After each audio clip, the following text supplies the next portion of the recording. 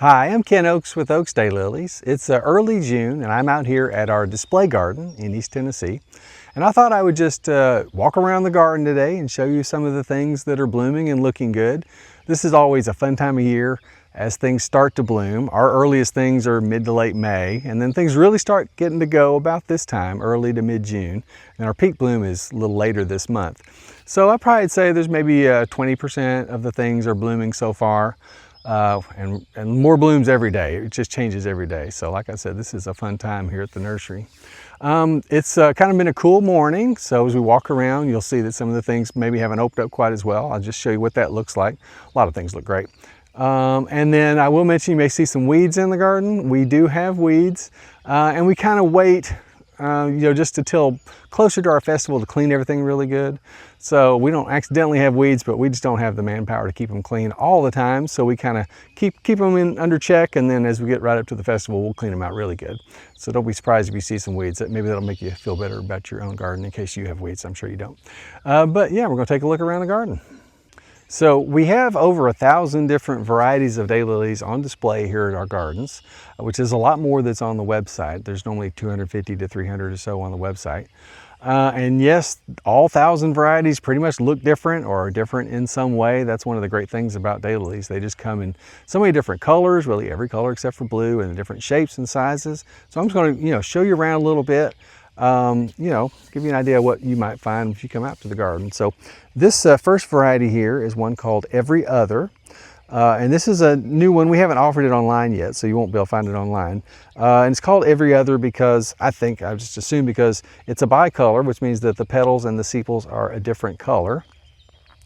And I think it's pretty cool, really eye-catching in the garden here. So this is kind of the standard daylily shape. This one's about 6 inches in diameter is what it's registered at. So this is Every Other. All right, so the next one I'm going to show you is what's called a double daylily, and you can see it's got a totally different shape.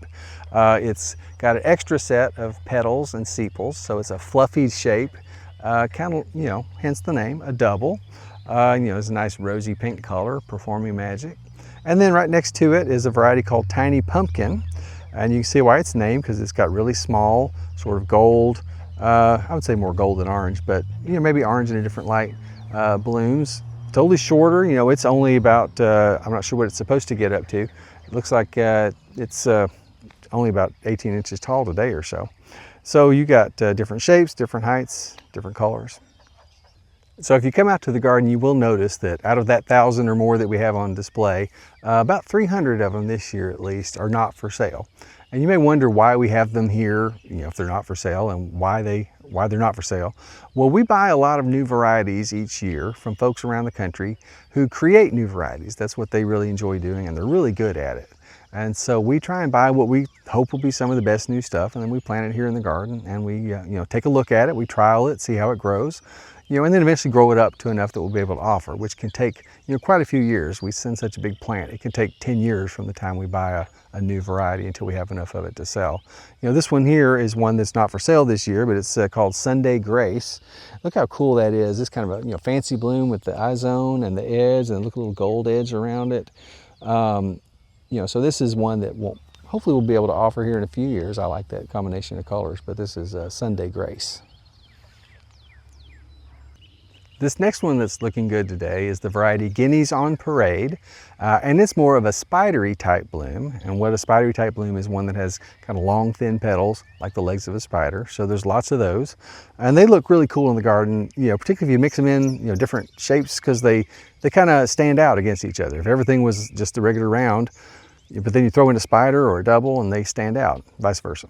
So this is Guineas on Parade, great big sort of a mauve lavender with a great big yellow center. And you see the long thin petals like that. I was going to show you on this one too. Oftentimes before I do videos, I'll go through and deadhead. This was yesterday's bloom, right? So you can certainly, if you want to in your garden, just go through and break off yesterday's blooms. We get the question quite often on deadheading, will that make more blooms happen? I know some other plants, that's the case. If you pinch them off, they'll have more blooms, but I don't think that's the case with daylilies. But it's really just cosmetic. It'll, clean up your garden if you want to, or don't. All right, so the next one I'm going to show you is the variety Ancient Princess, which is another spider type. And this is a really eye-catching one, kind of a light yellow with a purple halo chevron in there. Really eye-catching. I remember the first time we saw this one, it really just drew me over to it. This is, for us, a really early bloomer. Still has a lot of buds on it, but it's been blooming here for a couple weeks. And I'll just mention, that because, combining some of the really early bloomers like this, and then, obviously, like I mentioned, 80% of the garden is not blooming yet, and some of them won't start until, 3 or 4 weeks from now. So you can extend your season by combining some early ones like this, and then some mid-seasons and some lates. All right, so this next one is the variety Ethel Wilcox. It is a double as well, a really dark purple, which this is an unusual color for doubles. There's not a lot that are purple. And so this is really a cool color. And look at these purple buds as well. You can see it better on this one right here. So it kind of adds to the, when you look over at it, you're seeing purple. But yeah, Ethel Wilcox. All right, so the next one I'm going to show you is the variety Spider-Man. And this is another one of my favorites, and our customers as well. We, get a lot of photos in our annual photo contest of this one, which, lets me know it looks good around the country. But, it's just a great big red, spider type, hence the name Spider-Man, with a yellow throat. And I did want to mention, as I'm walking through the garden today, we redid all of the beds that you've seen so far, and most of the garden last fall. So all of those plants were planted just last fall. These have been here for quite a few years, so you can see what a great big clump they are. And that'll be one nice thing about the garden as years go on. They'll just get bigger and bigger and, more blooms. I think those look really good just for being planted last fall. And just look at all these buds coming on. A few of them open today, but you come back here in a few days, in a week, in a couple weeks, this is going to be covered in masses of these nice big red blooms. This is Spider-Man. All right, so I'm going to show you the variety Kansas Kitten. I just love this one. Eye-catching, really nice violet purple with a really dark, plum purple center to it around a little yellow throat. Some of these things you just got to see them in person to believe them. So the next variety I'm going to show you is the variety Wonder of It All. And I really like this one. It's really fancy. It's got a nice ruffled edge. One thing about this one, and maybe some of the others have the real fancy ruffled edges, is on a cooler morning like this, sometimes they can not open up right away, or you may want to give it a little help, like this one here. You see, this one didn't open up so well, but I think if I just give it a little, there we go. Now that'll keep opening up as it warms up through the day. Now some of them open up on their own, like that one did just there. See, I didn't do anything with that one, it just opened up. And then this one over here as well. Boy, isn't that pretty? Look at that creamy, near white with a sort of a light yellow edge to it. Well, that's pretty. Wonder of It All. So the next one I'm going to show you is the variety Scarlet Pimpernel. I personally am a big fan of the big blooms, and this one falls into that category. Looks like this one's got 7, 8, maybe 9, 10 inches in diameter. Really rich, deep violet purple, red in there, a big yellow throat. Held on tall scapes. I like those as well because I don't have to bend over to see them. But this is Scarlet Pimpernel. All right, the next variety I'm going to show you is the variety New Paradigm. And this is a really cool patterned variety. It's base color, sort of a light yellow. And then it's got this mauve lavender purple halo around sort of a lighter yellow center there. Really cool bloom in the garden. Look at all these. It's just, I don't think there's anything else hardly like it. So this is New Paradigm. All right, so this next one is the variety Hyperfang. And I assume it's got that name because look at these little things that kind of stick out like teeth or fangs along the edges.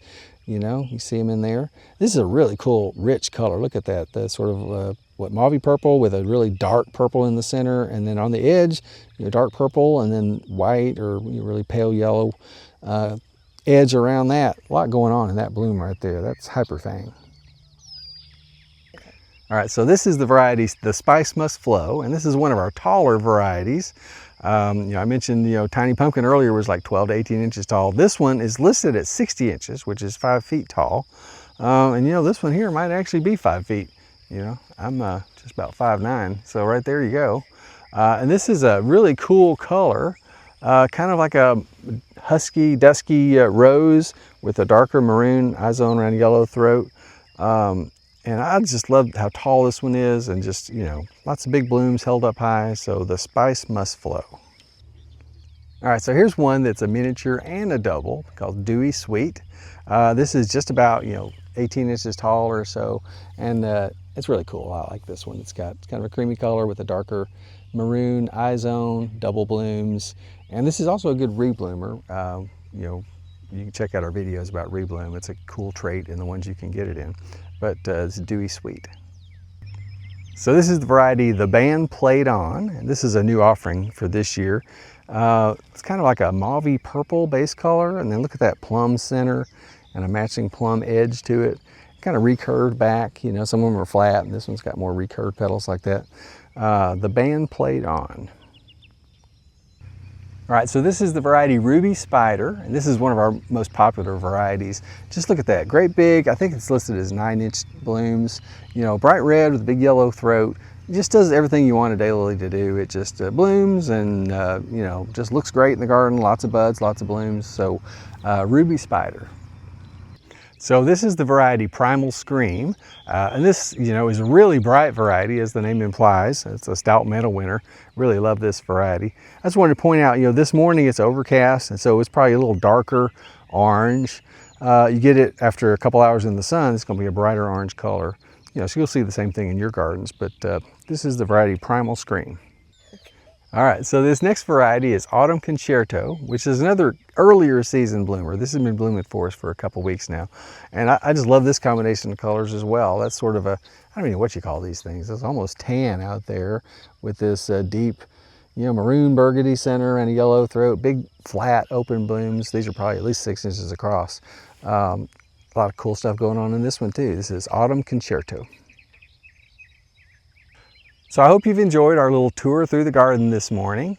If you happen to be in the area, East Tennessee, here later in the month, our Daylily Festival for 2025 is June the 27th and 28th. It's always the last Friday and Saturday in June, which is around our peak daylily bloom time. So pretty much everything should be in bloom at that point. So a lot of stuff to see. And it's free, and there's a lot of activities going on, and we have a video about that. If you want to watch that, we'll put that in the link below so you can get an idea of what to expect.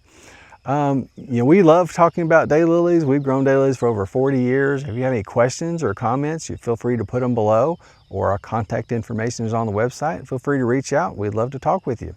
Thanks for watching.